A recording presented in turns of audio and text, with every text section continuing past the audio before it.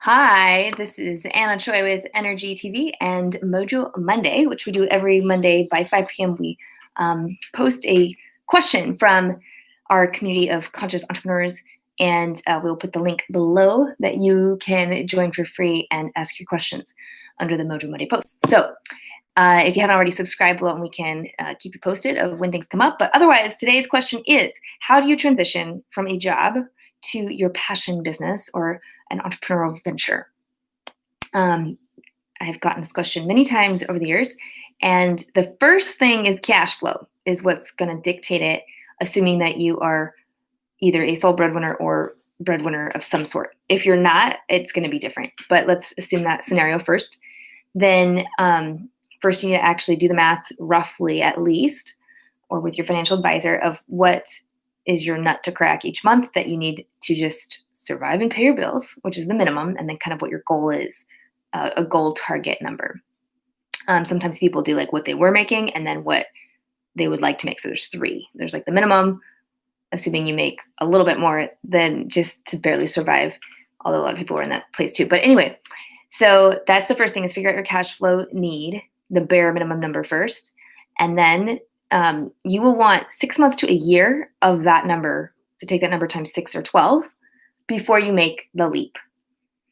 If you don't have that in savings, then you need to create your savings for that. If you can't, I don't want to go there yet. So that's number one. Figure out the cash flow. Do not jump. Most people jump prematurely because they want to focus on the business, and then they're desperate and not making any money. Bad place to do sales. So I'm a huge believer in only doing it when the numbers make sense. So you want to, yes, work full time and be doing your passion side business at the same time and building and growing that until that has at least 6 months to 12 months. In this climate, I would say 12 months of enough funds to make that move. So you'll still be like operating the business. It just won't be full time where you quit the cash flow generating job. Okay, so that is a bit of a chrysalis if you're working full time and doing business like 10, 20 hours on the side, but it can totally be done. I had a client who 3 times, Chris, tried to start out on his own. He had a full-time 6-figure job as a consultant, doing well, and wanted his own deal, his own business 3 times over like 3-4 years. His best year was like $10,000. And he just always had these life circumstances that came up. He couldn't quite like navigate it. But after 90 days of coaching with me one-on-one, he generated $100,000 in the pipeline, such that he could quit his full-time job to just work on the business. And then in year 2, he kept growing and he was hitting like 30,000 months, and it was amazing. So that's the main thing. Okay. The second thing I would say, if you are not in that position of where you're the sole breadwinner for yourself or a major breadwinner, you would do the same thing, by the way. If you're co-breadwinners, you would figure out the cash flow of what your part is that's expected and needed, and then double that by 6 or 12, and then save that up to be able to make that jump, and a caveat that, or generate that amount of money in, not just save it, but generate it in the business. Sorry, that was a big clarification there.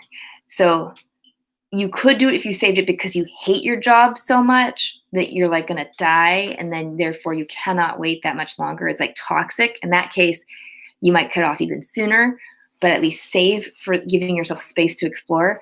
But what I meant to say is, by savings, is that you've actually generated that amount in the business. So it's like a revenue generating not possibility. It's not machine, but that your business can actually make money. Does this make sense? So again, you want 6 to 12 months of cash flow built up from revenue from the business and or savings, depending on how much you hate your current job and it's sucking life out of you, or if it's like enjoyable and it's a stepping stone to the business because it's going to build you connections in your business. That's the most ideal thing. So let's pretend you hate your job. Then you want to get another job that's a stepping stone towards the business that will naturally have you build relationships with potential clients and referral partners. Okay, so I don't know what your new business that you want is. To give an example, But again, going back to the example with Chris, if he was doing lean consulting, like agile performance work with teams on process improvements. So his target clientele was like nonprofits and social justice and social impact organizations. And he kind of branched into the city, and then he branched out. He didn't want to just serve corporate. So for that could look like, if that's what your target is, but you're currently with a bunch of, he was in the hospital, working for the hospitals in healthcare, then you would, if you hated, let's pretend you're him, and if you hated that environment, then you would go to the sector you do want to serve, in this case of social impact and nonprofits, and get a job there to build relationships, right? And then be doing the side consulting, building up revenue, saving money that you can from the job, building up that 6 to 12 month cash reserve to then make that leap. Okay, that's going to give you so much more peace of mind. Do not prematurely jump. It sucks. I've seen too many people do it, and I've done it, and you just live off credit cards, and it's not good.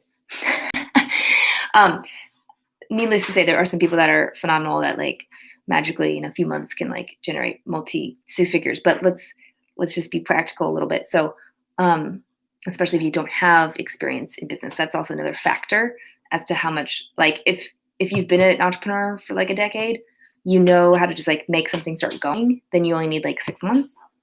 But if you don't know what you're doing, like 12 months, especially in this climate, is what I recommend. So I hope that helps. All right, thanks.